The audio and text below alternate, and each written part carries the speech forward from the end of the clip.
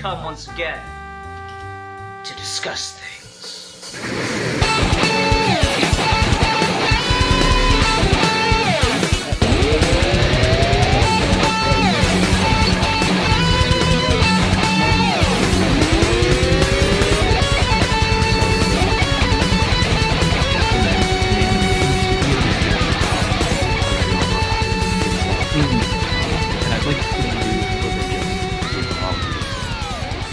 Gotcha. Alright.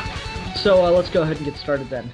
Hi everyone, welcome to a very special episode of Geeky Gentlemen. I am Sid Partu, and I'm joined today by the superhero enthusiast Alexander Stevenson, or you may know him better by his more popular Twitter handle, Expedient Means, which I've meant to criticize you for this forever, but I can't think of a 140-character way to say it. Changing your main use of Twitter from @HeroEnthusiast, which is incredibly long, to @ExpedientMeans, which is just as long, does not make it any easier to tweet to you. Well, the reason I divvied it up was one is for, I guess, the channel and the brand of Superhero Enthusiast, and the other one so I can just rant about communist things. Yeah, sure. It's just like trying to go, oh, hey, I'll tweet to Alex real quick. That doesn't work. Either way, it's going to like take up half my tweet. Yeah, I wish there was some sort of function with Twitter where it didn't count, usernames in the 140 characters, at least up until a point. Usernames, hashtags, and links is the thing, I suppose, that it shouldn't count. Yeah. In any case, this is not a review of Twitter. This is instead a discussion about the film studio Pixar, the Pixar animation studio. And actually, I suppose starting on Twitter was a fairly good point, because this is where the idea for this video came from. Sure. Is I just got kind of fed up with like hearing someone. No, I was watching Watch Mojo, and their videos are hit and miss in quality and everything, but they put, I think it was Toy Story 3 at like the number one spot for greatest animated film of all time or something like that, or whatever. And I just fucking rolled my eyes and felt the need to voice my opinions to the world, which is what Twitter is for, and say that I don't think Pixar is great. And I put a little hashtag of unpopular opinions. I think they're an overrated animation studio for a number of reasons, which we'll get into, but so I tweeted that out, and someone was like, oh my god. And then Alex replies, it's like, I might back you up on that. So I'm like, here we go, Alex is going to back me up. Yeah, I come at it from the perspective of Pixar has kind of gone from being an animation studio to being just sort of a genre, and it's like they only make one type of movie now. And yeah, they play around in different genres and whatnot, but they're all sort of family-friendly, all ages. They tug at your heartstrings kind of films, and that's pretty much it. They haven't done anything outside of that style. Yeah, it starts to really get old. And like, I kind of sort of grew up with Pixar. I mean, 95 was Toy Story 1, and I was like 5-6 years old at that point, so... No, 4 to 5 years old, rather. So, yeah, I mean, I've been around since they've started, and I've seen most, if not all, of their movies. I think Brave's the only one I haven't seen. Yeah, I've seen most of them. I haven't seen some of their newer ones, and I haven't seen any of the Cars films, but... Oh, yeah, I didn't watch Cars either. Yeah, I've seen most of them anyway. Yeah, I just get tired of them a little bit, because part of it's just me getting tired of the same tropes being used, not just in those movies, but in other animated features as well. It's always gotta... they just don't kill anybody. As messed up as that sounds, that's something I need to have happen. Because, like, you were talking about the family-friendly thing, and since Pixar is owned by Disney, I feel like this is a relevant thing to say. Walt Disney used to get that exact same criticism. So you know what movie he made? Which one? Old Yeller. Oh, yeah.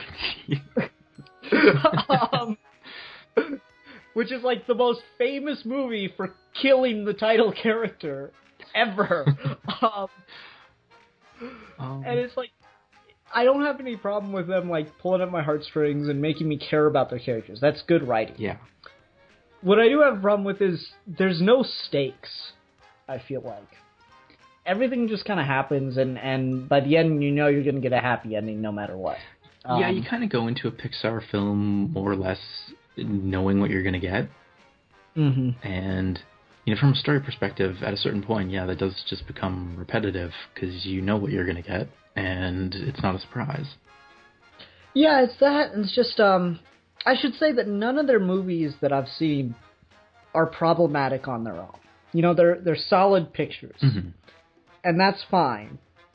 But I feel like if Pixar as a studio is going to get all this critical acclaim as like being the greatest animation studio, like I feel like people give them, then they have to vary up their standards. It's like the Marvel movie universe.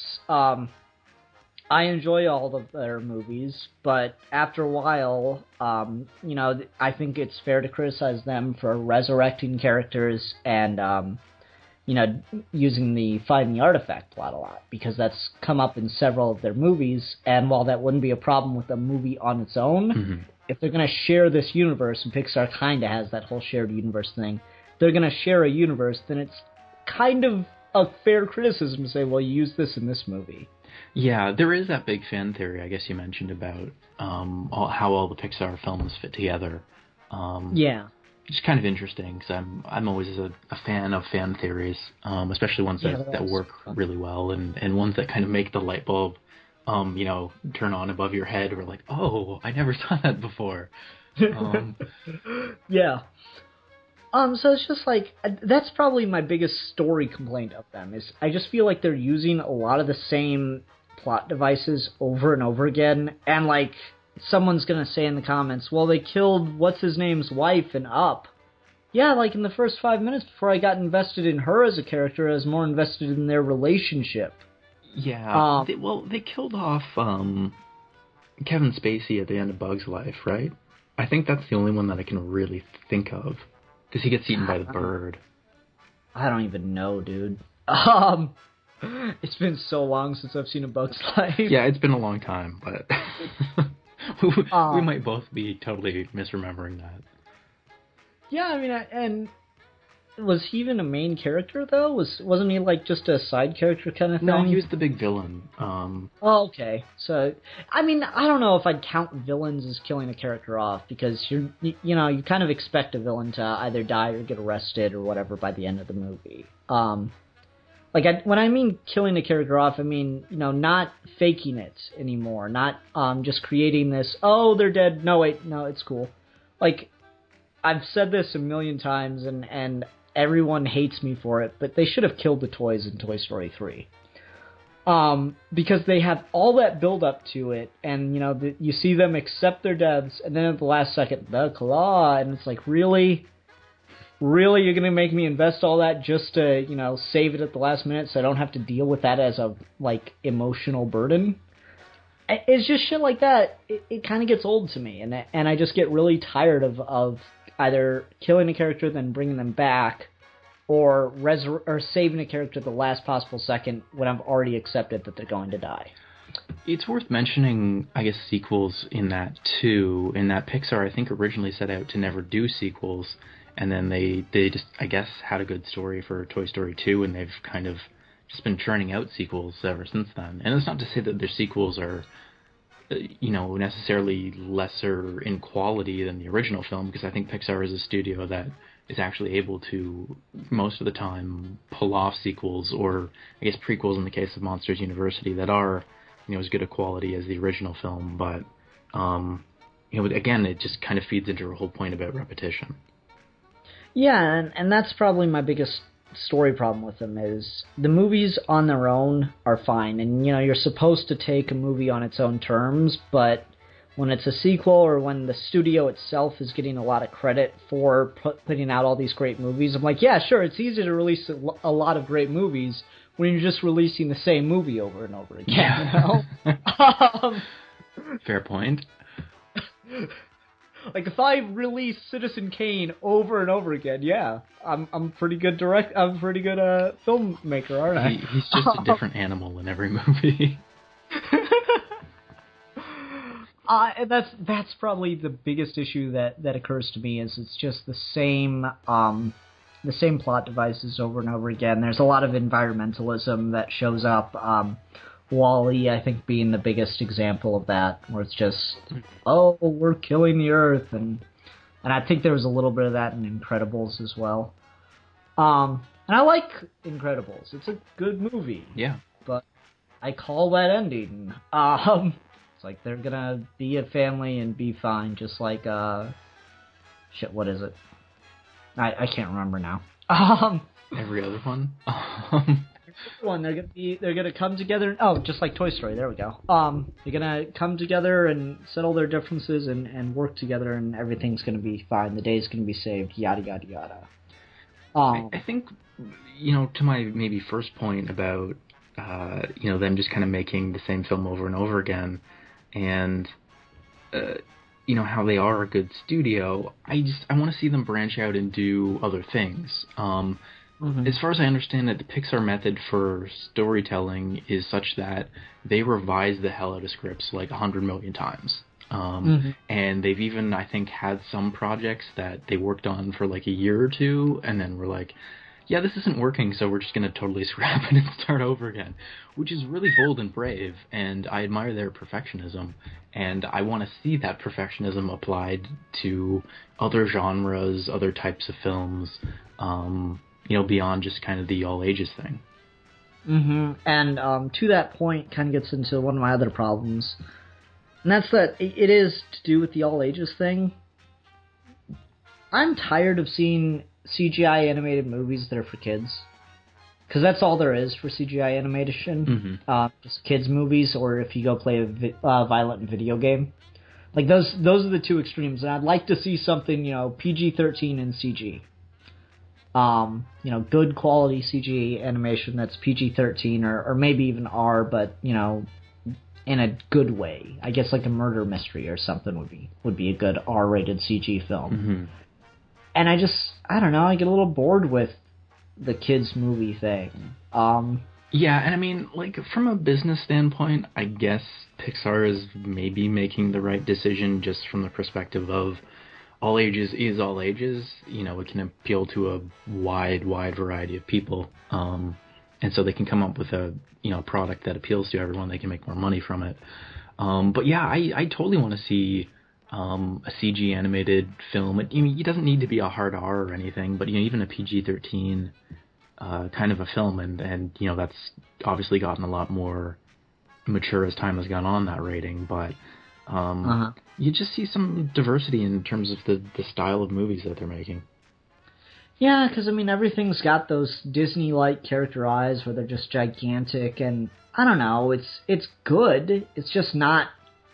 It's not doing anything for me anymore. I'd like to see something a little gritty with CG animation, because it works in video games so well. Yeah. That's the only place where you can really see some of the really cool CG effects is video games where they go for it, like the Batman games have. They go for that like dark, gritty, nightlife kind of look, and I'd like to see that more. And it's just, it's not going to happen when you're trying to make an all-ages film because, you can't.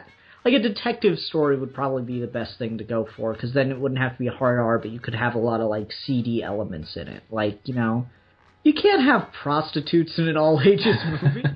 I honestly wouldn't be surprised if Pixar at some point tried to do some kind of noir film or something, but it would probably still veer towards being all ages. Yeah, and that's what I don't want is I want CGI to branch out because, I do it. And I'd like to see other people do experimental things with the storytelling with CGI. Because I guess I'll use this to jump on to my other big one, which is more of an animation perspective. And that's that, for Pixar to be acclaimed as like the greatest CG department ever, blah, blah, blah, whatever you want to call it. It really bothers me that they're not doing anything with 3D that you couldn't do with 2D animation. That's true. They're not really pushing the medium forward, or at least they haven't really since Toy Story. Yeah, I mean, and all that is proving that you can make an animated film all in CG. What I want is them to do things with the art form that you couldn't do in 2D. And there are, I don't know if I can explain anything without getting too technical with the language, but there are things that you can do in 3D that just wouldn't be possible in 2D. Let's see here. Volumetric shapes are incredibly hard to animate in 2D, which is why most older 2D animated movies don't use like cars or whatever that are moving around very often, like from the outside perspective or a character getting inside a car and driving it. And that's why Hanna-Barbera just, would draw the van and then it'd be like a still moving image as opposed to actual movement. Well, and that's why a lot of, even the animated series that I think we both grew up with, like, you look at, say, Justice League, all the spaceships and cars and stuff most of the time are CG, and they try and disguise it, but, it's pretty evident a lot of the time. Yeah, I mean, that's just vector rendering as far as Maya goes, but, like, you could do a lot of stuff with volumetric, like, why not make a cool, like, train heist movie or something? That would be cool. Because I don't think you could really do that in 2D animation and have it look consistently good. Just constant in and outs of moving around a train, like, what is it? Uncharted 2 has that great opening scene where opening level, I guess, where he's climbing up the train, and if you could do something like that in animation, or an animated movie, it'd be incredibly interesting. And I guess a counter argument to what I'm saying is, well, why do we need it if there are video games that do it? And like, yeah, but not everyone plays video games, and it's a different medium. Yeah, it's a different medium, and I don't want to have to play it. Sometimes I just want to be able to watch it and be impressed. And that's not to say anything against video games. There are some great video games that do a lot of stuff pushing the medium, but they are also limited by the equipment that you play it on, whereas that's true. Film, you only have to be able to render it once, which is really important because, I mean, as great as the PlayStation 2 was, God of War really pushed that system's graphics and computing capability, and Ratchet and Clank did the same thing, and so you could only have so many enemies on screen at once, and it was certainly fun, but once you were killing too many enemies with some of the big weapons, that it got too complicated, and you just couldn't do it anymore. You're limited by the technology. Yeah, and you wouldn't be with a animated film the way you would with a video game, and that's why God of War 2 cinematics always looks so much better than its in game, and what you can say many PlayStation 2 games. Got a little better with PS3, but not significantly. You'd have the straight realistic looking physical characters and stuff in the cinematics, and then it'd go back to the gameplay, and it'd be good, but it wouldn't be like what you were just watching. And so I want more stuff like that, where you get really realistic, very everyone's complaining about dark and gritty lately, but fuck it, I don't care. I want more dark and gritty animation. Well, I think the dark and gritty thing and the opposition to it is just, in a lot of ways, in certain areas, that's all we're seeing, and especially in live action. And kind of animation, it's the opposite. And so it's like we want both in each other more. Yeah, we want a balance.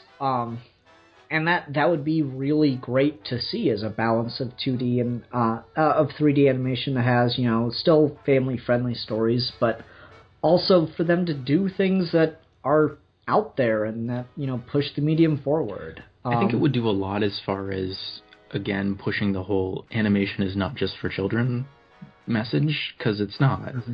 And an interesting story that I always kind of refer back to is way back when Disney ended up making Snow White, when their original plan was to make a John Carter Princess of Mars sci-fi space romance kind of movie. And I just keep thinking, if they had made that instead of Snow White, the whole perception of animation as a medium would probably be very, very different. So it would be great if we could have Pixar as the, supposed lead greatest animation studio ever, or at least right now, kind of pioneer that and do something, non-family friendly or not just for kids. Yeah, I mean, like, I'm not saying you can't take a kid to it, but I just want something that's out there more. Like, this is going to sound crazy, but I do kind of believe it. I almost want a CG heavy metal movie. And I know that heavy metal obviously verges on porn, but I think it's almost needed. Just something that's, like, completely over the top, just to prove that it can be done and that it can make money. Yeah, I'm reminded there was that video game, I don't even remember what it was called now, several years back, where it was kind of a metal thing, and the designs of the characters were still kind of cartoonish, but it was definitely, aimed at an older audience. Okay. I'm not sure what it is. I know Jack Black voiced the main character, but it was like this crazy thing of he's like a guitarist in a metal band, and he has to like go to hell and fight demons and stuff. Yeah, I know what you're talking about now. I never played that one, but I did hear about it too. And like video games are doing more to push the medium. What was it? Bayonetta did a pretty good job of, it was stupid fun, but it was, one, it was important that they had a female heroine. Well, I suppose that's kind of redundant. That they had a heroine as opposed to a male character. Yeah, all those male heroines, don't leave them out. Yeah, I thought it was important that they did that. Sure, she was over-sexualized, which gets into a completely different part of gaming and everything, but still, she was like Lara Croft again. It's like it was a character like that again, which is something we need more of. And it pushed the medium. It was completely over the top and ridiculous. Like she, ran up the side of buildings and kicked helicopters out of the sky and shit. But I need more stuff like that where it's over the top. It's not meant for kids. A kid can watch it, and honestly, some parents gonna think, oh, it's a cartoon, so it's okay, so they will watch it, which I think is something we should get into as well. But I just need more stuff like that. Yeah, I think the only way that perception is going to change is if we start getting more animated films that aren't just for kids. And yeah, we might have some cases where kids get brought to movies that maybe they shouldn't be taken to for a while, but that problem will solve itself pretty quickly. Yeah, like what was it? My nephew was over, back when I was still living with my mom, my nephew was over, and they were looking through our movies for something for him to watch, and they came across my copy of Under the Red Hood. And that's not a movie for a child to watch, especially when in the first, 5 minutes... Yeah, child gets murdered. To death. So, we need more stuff like that. And I don't know what's going on with DC Animation, but God, what happened to that? That was where it's like, oh man, the quality of these is really rising, both in animation and in storytelling. And then, I don't know, Throne of Atlantis happened. I would push the turning point back far further than that, but certainly their recent offerings, particularly the ones that have been adaptations of things from the New 52, have just been abysmal. They've been terrible. Right. No, but I think we should talk briefly about this as an idea. The whole animation's only for kids, and it'd be too risky for Pixar to put something out that isn't for kids. And you mentioned that earlier, that it's a smart business decision for them to only make family pictures, but at the same time, I guess the argument becomes, is Pixar a business studio or are they an art studio? Yeah. I guess the answer is both, which is a bit of a cop-out answer, but I don't see why they couldn't, do, I don't know how many films or how often they do a film nowadays, kind of what the turnover rate is, but, every third film or something, do something that's a little bit out there, experiment some. Yeah, I don't know, it's not that they couldn't do comedy or they couldn't do something that still pulls at your heartstrings. I just like it to be something that's not as kid-friendly, just just for the sake of variety. Something a little bit more sophisticated. Yeah, and it can still be just as fun and interesting. I keep going back to like heist or detective movies and stuff, and as I said when we started the call, I've been playing Sly Cooper 2. And that's just such a good game, and back to video games briefly. It's something that proves that you can really do a lot with video game storytelling and still work in the conceit of you have to do objectives. Because what are they doing? They're pulling off heists. Yeah. That's all you need to do in a heist is you got to get this thing so that we can pull off our heist. And what they're doing is still character driven. What they're stealing is because they want it for a basic character level. But also to jump back to the broader point about more mature focused animation. Like I got this guy that I work with, and he's an absolute jackass, but he's always talking about anime and how it's more adult and stuff, and I get that. But I guess the reason that I don't want to go to anime is because it has its own set of problems, and once again, it's not CG. Yeah, I mean, anime, it's not like a genre, but it's got its own conventions, the same way that Western animation does, and things are just a little bit different. Yeah, and like there's stuff in anime that I just don't enjoy. Like, alright, so in an episode of, say, Batman the Animated Series, you could have a really dark, serious moment, and then go to commercial break, and then like 2 or 3 scenes later, Alfred makes a joke, and Bruce reacts to it by like looking back at him or something, right? Mm-hmm. Well, in anime, that same kind of thing would happen. You'd have like a dark, serious thing, and then a couple scenes later, Alfred would make a joke. And, like, it'd be so weird for Bruce Wayne's eyes to, like, quadruple in size, for him to lose all wrinkles on his face and be replaced with, like, a red squiggly line. It's just, that so takes me out. That, like, chibi joke moment in anime always takes me out of things, and that's why I can't really get into it, I think. Okay, that doesn't bother me, because I just sort of see it as, to some degree, animation, or anime is a little bit closer to cartooning than I think Western animation is. Gotcha. And that just sort of accounts for that. I can see how that's not to someone's taste, though.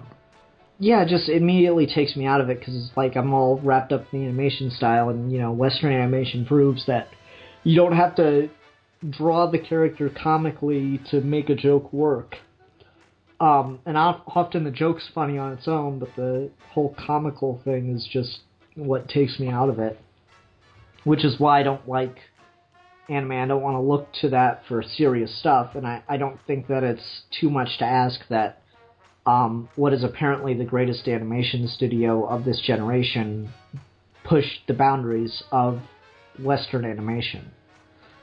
Yeah, I mean, I'll push back a little there and say that that's, I think, more true of, like, anime stuff that's geared more towards a younger audience. Like, certainly Ghost in the Shell is not like that at all, and that's anime, for instance.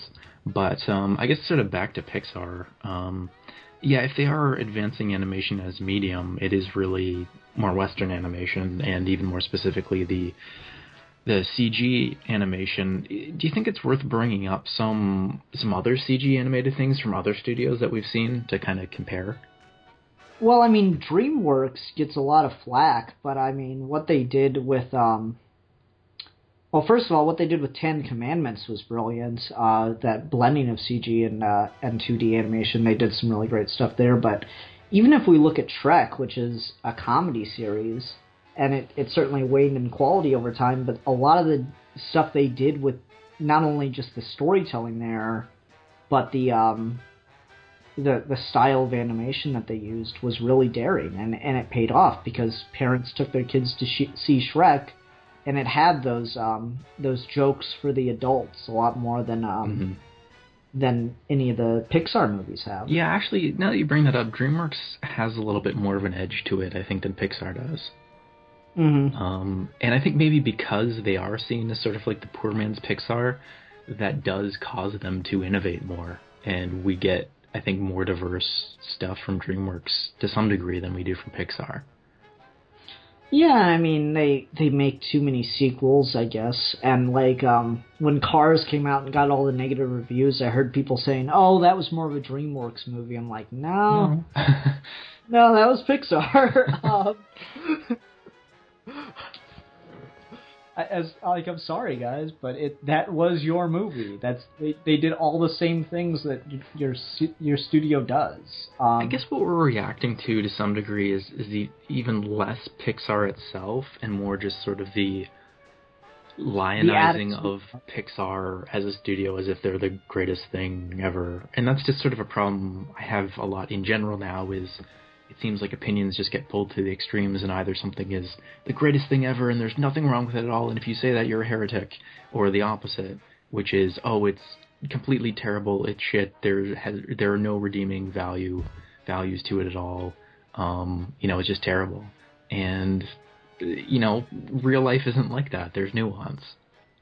Yeah, and I agree with that entirely, and, I don't know, I just don't understand. Like, I think people have a double standard about it, though, don't you think? Because when it comes from someone they like, they're much more willing to be forgiving of it and, like, make excuses for bad things in it than when it comes from, than if a different studio put out the same thing. Mm-hmm. So when Pixar makes a movie that doesn't hit on all cylinders, like Cars,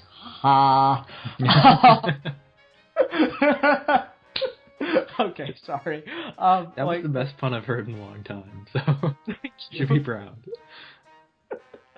I realized it was going to come out at, like, halfway through saying it, so I lingered for a sec. But no, when Pixar makes something like Cars that isn't, the greatest thing ever, and people have to deal with that fact, they go, oh, well, no, they were doing more just like a straight kids movie, blah, blah. They make excuses for it. But if DreamWorks put out something like that, it just would get critically panned, and no one would stick up for it, I feel like. Mm-hmm. We see this, and I'm not going to start the debate, but I just want to... Yeah, I think I know where you're going. See this with Marvel and DC stuff all the time. Whatever Marvel announces is pure gold. Even when, like, we hear about production issues, like with Ant-Man, it's still going to be the greatest thing ever. But, like, DC announces that this person's cast in this role, and it's like, oh, they're flooding the movie. It's like, okay, guys, this is not fair to DC. Just give them time to make their movie, please. Yeah, especially when it comes to, like, the cinematic universes for both Marvel and DC. Marvel has... they have built a track record and built trust, whereas, like, DC is operating off of one movie, essentially, at this point, that basically divided the fan base. So it's really, really unfair to compare the two, I think. Yeah, and it's just like one gets trashed. Like, even the actors are starting to jump in on this, and I'm starting to get kind of annoyed. Like, Chris Hemsworth was doing an interview. They're like, so which universe do you think is doing better, Marvel or DC? He goes, I didn't even realize we were in the same league. I was like, come on, man. Don't just crush my feelings like that. Well, we know how the internet works and manufactured outrage, so... Yeah. It's just like, I feel like there's that double standard when someone likes a thing, or when someone likes a studio, they're willing to make excuses for it, whereas, where it can't have any problems at all, or it's just like the problems are because of outside factors, it's not the movie's fault, or it's your fault for having a problem with that. Yeah, that's absolutely true. When they don't like the studio, or whatever entity is putting it out, then it's like, oh, see, this proves that it's shit. I'm like, come on. Yeah. Be fair. Do we kind of want to look at, I know some things that both you and I are a fan of, like the Green Lantern animated series, which was a CG show. Yeah, Green Lantern and... yeah, and Beware the Star Batman. Wars. And Star Wars, yeah. I haven't seen any of Rebels yet, but Okay. Clone Wars did a lot of interesting things. I initially had trouble getting into Clone Wars. Like, I initially didn't want to watch it because I thought the way in which they animated the characters was a little bit weird. Particularly, like, Kenobi and Dooku's beards just always bugged me because they were so blocky. But what they did with storytelling was really good. They, killed characters that we cared about which was ballsy.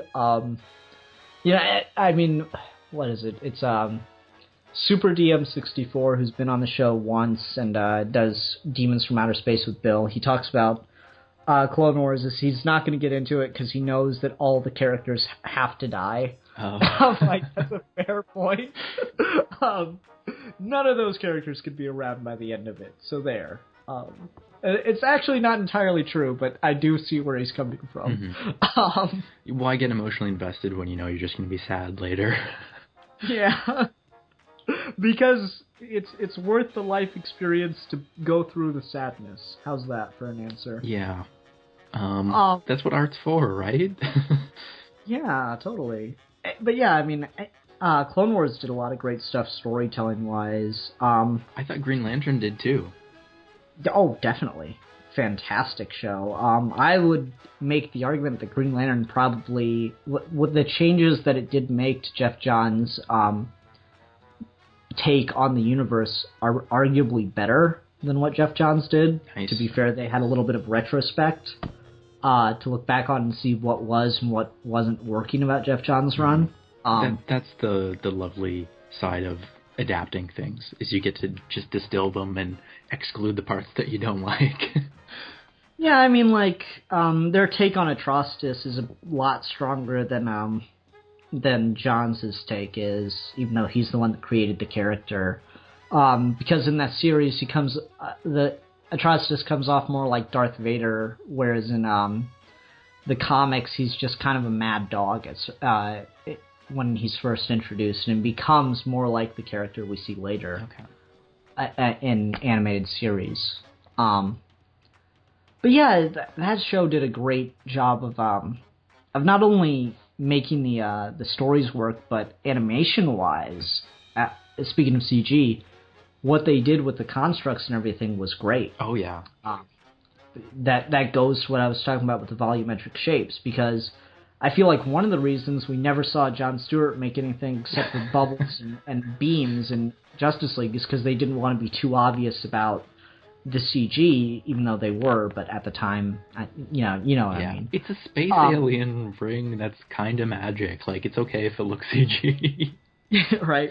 No, but, like, the volumetric shapes, like, Kilowog always made those hammers in that show, and, like, swinging a hammer is actually a really hard thing to do in animation and make it look good, because it's gonna, it's gonna blur, and, I suppose to jump back real quick to Star Wars, if you look at between the animated show and not only the original movies but the prequels, you look at the way lightsabers work.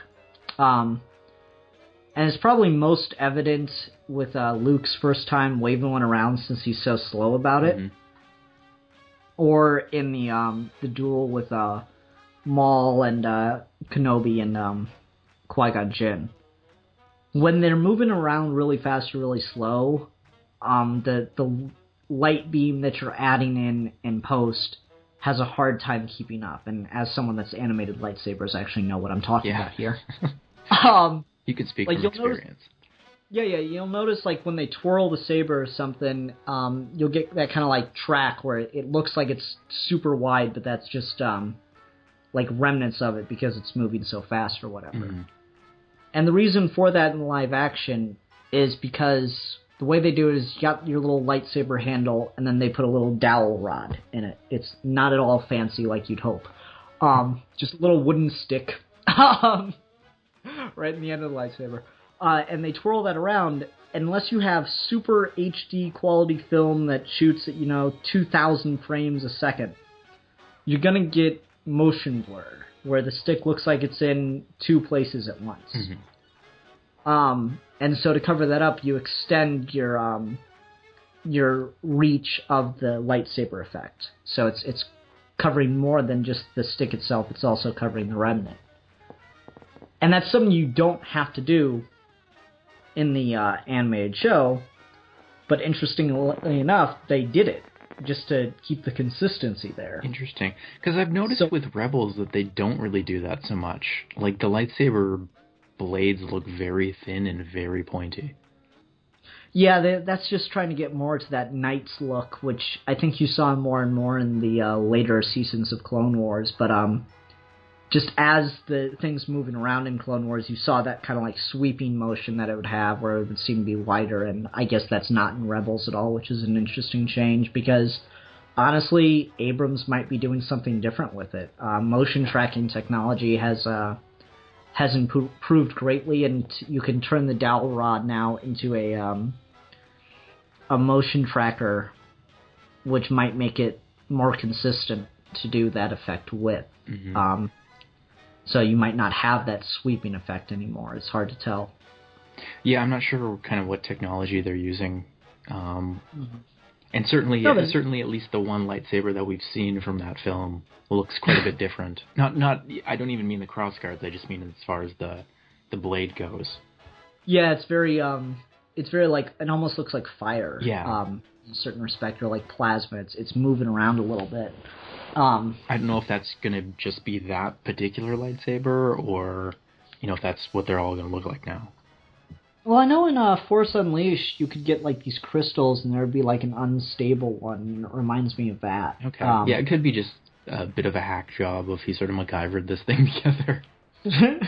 Or just, they want it to look more like raw and emotional, certainly. But yeah, as boring as that all sounded, I'm sure everybody. The reason I explained all that is because it goes to the point of the volumetric shape of the beam of light, as opposed to having to deal with it, moving and doing that sweeping effect. The CG allowed it to what allows it to be a single beam, but they decided not to do that in Clone Wars, at least, or not do it as often in Clone Wars. I guess where I was going as far as kind of bringing up some of these cartoons go is we're seeing diversity of storytelling in CG animation on TV, and we're kind of seeing better storytelling on TV in general. So part of me wonders if, any advancement of CG animation or pushing of the medium is going to happen on TV rather than in film with Pixar. Yeah. Storytelling-wise, I think you're going to see more of it happen on television, but unfortunately Pixar is the only one that's going to be able to afford to take the time to experiment with different styles of animation or different things within the animation. They have the money, and I feel like Pixar, like we've talked about, clearly has the clout. And even if, maybe if they do experiment, kind of like we talked about earlier, and it's not, 100% successful, people will still look on it pretty favorably because it's Pixar, and that might help things move forward. Yeah, as far as just, like, what I mean is, they just, with television, you have a deadline that you have to meet. So you don't have enough time to really do a lot of crazy things, which is why, Dooku and Kenobi's beards were very blocky, because it takes a fucking long time to render hair effects and make it look good. Yeah. And to prove that, Frozen, one of the biggest, the highest grossing animated film of all time, CG or otherwise, the most famous scene in that, when Elsa's singing Let It Go, you can see her ponytail slip through her arm at one point. So it's just, that's how difficult hair is. And I just found that out by animating the girl with the puppet thing. Because those tentacle things move like hairlines do, and so does her chain, for that matter. Yeah, I guess another Star Wars example actually is the Wookiees that appeared in the first episode of Rebels. Because, they're these super tall Sasquatch-looking hairy guys. They looked like noticeably poorer animated than everything else in the episode. It was really kind of odd. Yeah, hair is such a bitch, and I feel like that's the whole reason that Brave was such a big deal. That they made such a big deal out of Brave, because it's just so obvious that they put all this work into the hair, and they just want to show that off. And I haven't seen Brave, but I can see her hair and everything in the trailers, and that's a lot of work. And there's that shot of her like riding a horse and jumping over a log, and the horse has like hair around its ankles or whatever, and that looked really good too. So yeah, just hair is a very, very difficult thing. Hair and clothing are incredibly difficult because you just got to let the system simulate. To animate it by hand would take hours because you'd have to go frame by frame. Yeah. So it's just one of those things. When they're showing off, they are showing off, and their animation's good. I just don't feel like they're pushing anything. Is the biggest problem there. So if anyone's going to innovate there, it's going to have to be them. Yeah, and the unfortunate thing is them being on the top. There's not really a whole lot of incentive. Yeah, exactly. Which is, I don't know, maybe I'll go see more DreamWorks movies or something. That could be. I mean, even kind of to some degree, like their all ages stuff, I find a little bit more interesting than some of Pixar's.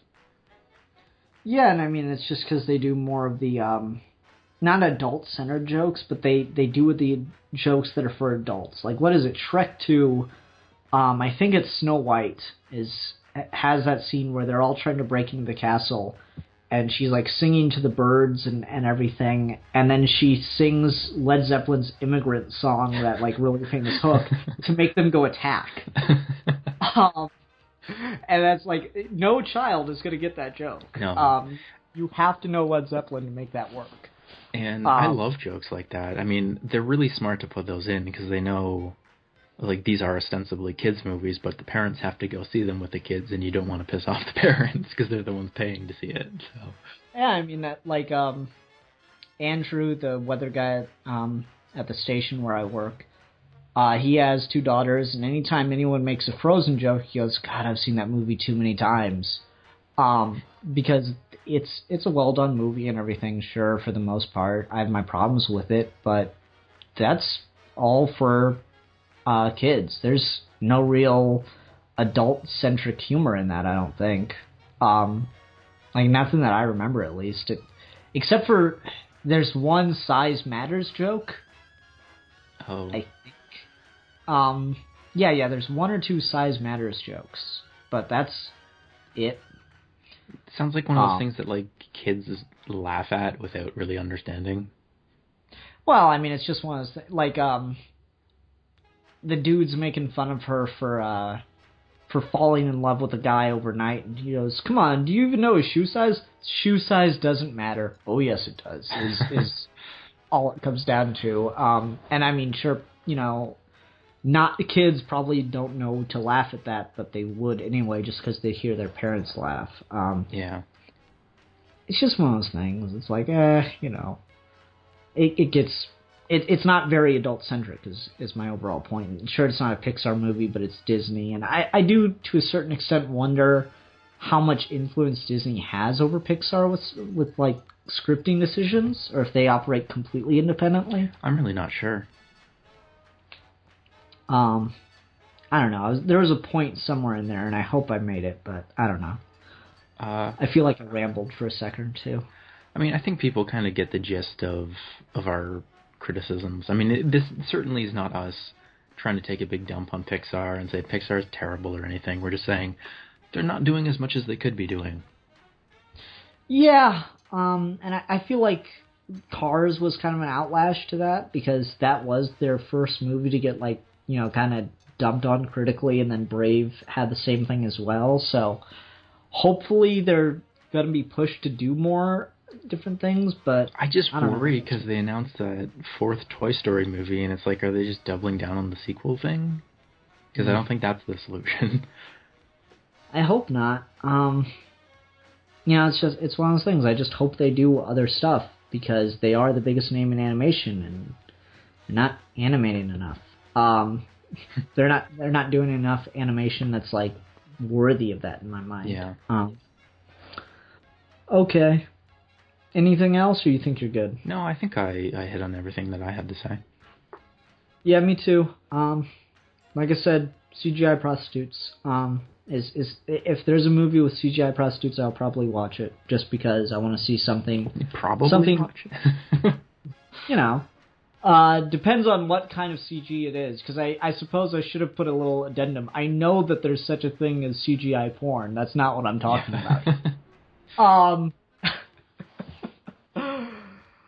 No, I want mainstream CGI prostitutes. I want something dark and gritty just for the sake of doing something dark and gritty with CG animation because it needs to be a thing. And I think even, if Pixar decided to do that and they went in the direction of some of the things you mentioned, like, a detective story or something, they're still operating within a pretty broad genre that can allow them to bring in kind of all the tropes from the genre and turn them on their head if they need to, or play them kind of whatever way they want. It can still feel like a Pixar film, even if it's PG-13. Yeah.